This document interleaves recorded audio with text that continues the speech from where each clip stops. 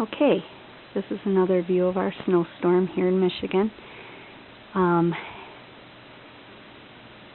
Obviously I live out in the country. It is very cold. It's about 5 degrees right now, and I think we're supposed to get some front coming through, and it's supposed to drop down to 20 or 30 degrees below zero. We're supposed to get about 18 inches of snow. On a bright note, they've called school for the next 2 days, so I have no school. Hoo-hoo. God, why can't it be like 90 degrees? And anyways, I'm going to go in because I'm freezing my butt off. So if you are in a warm place, you suck. Kidding.